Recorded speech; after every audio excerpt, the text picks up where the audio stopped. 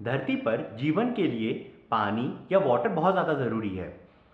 बिना पानी के धरती पर जीवन इवॉल्व ही नहीं होता और हम इंसान भी नहीं बनते। आज हमारी धरती के सरफेस का लगभग 70% ओशन से कवर्ड है और हमारी धरती पर काफ़ी बड़े पोलर आइस कैप्स भी प्रेजेंट हैं। लेकिन ये सारा पानी आखिर धरती पर आया कहाँ से? तो चलिए आज के वीडियो में हम इसी बारे में समझने की कोशिश करते हैं।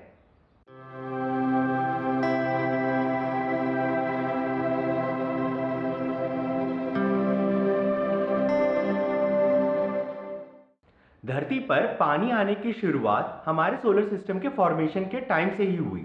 हमारा सोलर सिस्टम गैस और डस्ट के क्लाउड से फॉर्म हुआ। यह गैस और डस्ट का क्लाउड ग्रेविटी की वजह से कंप्रेस होता रहा और इवेंचुअली इससे सन फॉर्म हो गया। सन के फॉर्म होने के बाद जो गैस और डस्ट के क्लाउड्स बच गए थे और जो कि सन के अराउंड रिवॉल्व कर रहे थे, उनमें कोलिजन की वजह से प्लैनेट्स बने और इनमें से ही एक प्लैनेट था हमारा अर्थ। इनिशियल सोलर सिस्टम काफ़ी गर्म जगह थी क्योंकि सन ने उसी समय हीट प्रोड्यूस करना शुरू किया था और प्लैनेट्स भी काफ़ी गर्म थे कोलिजन्स की वजह से।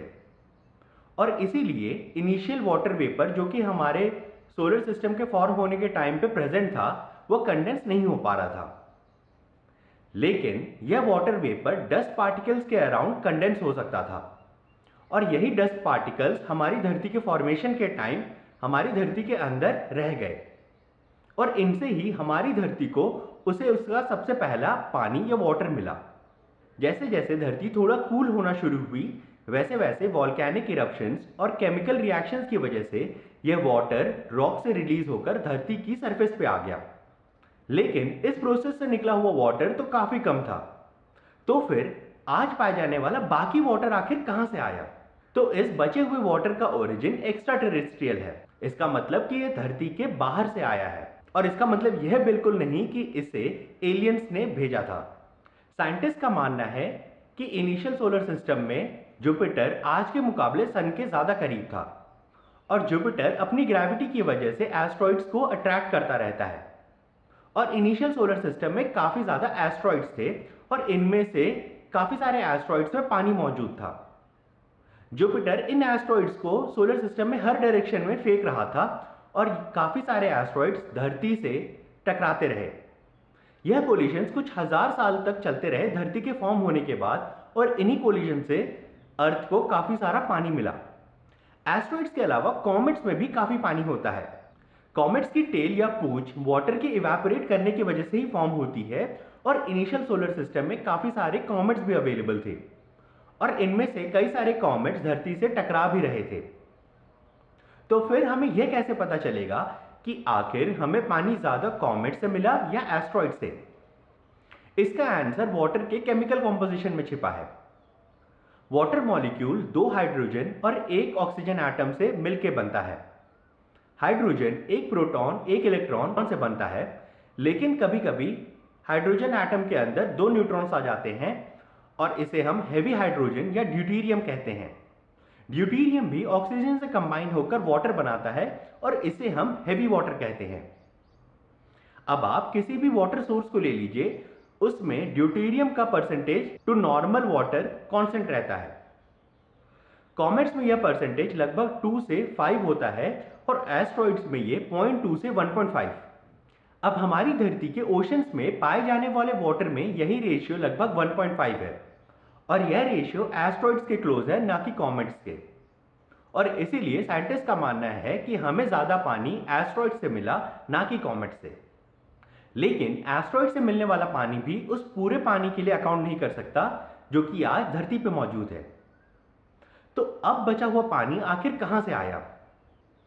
इससे समझने के लिए हमें धरती के पास में जाना होगा।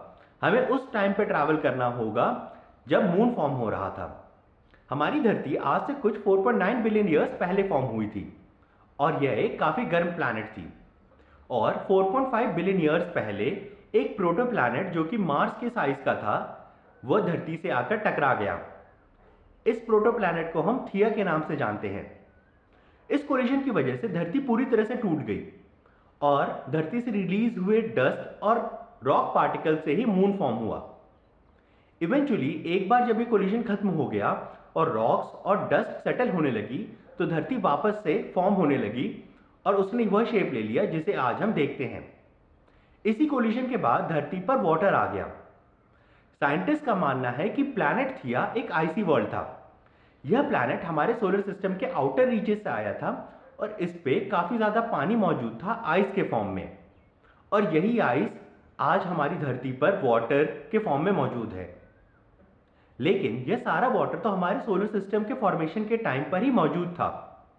हमारे यूनिवर्स में आखिर पानी सबसे पहली बार कब बना?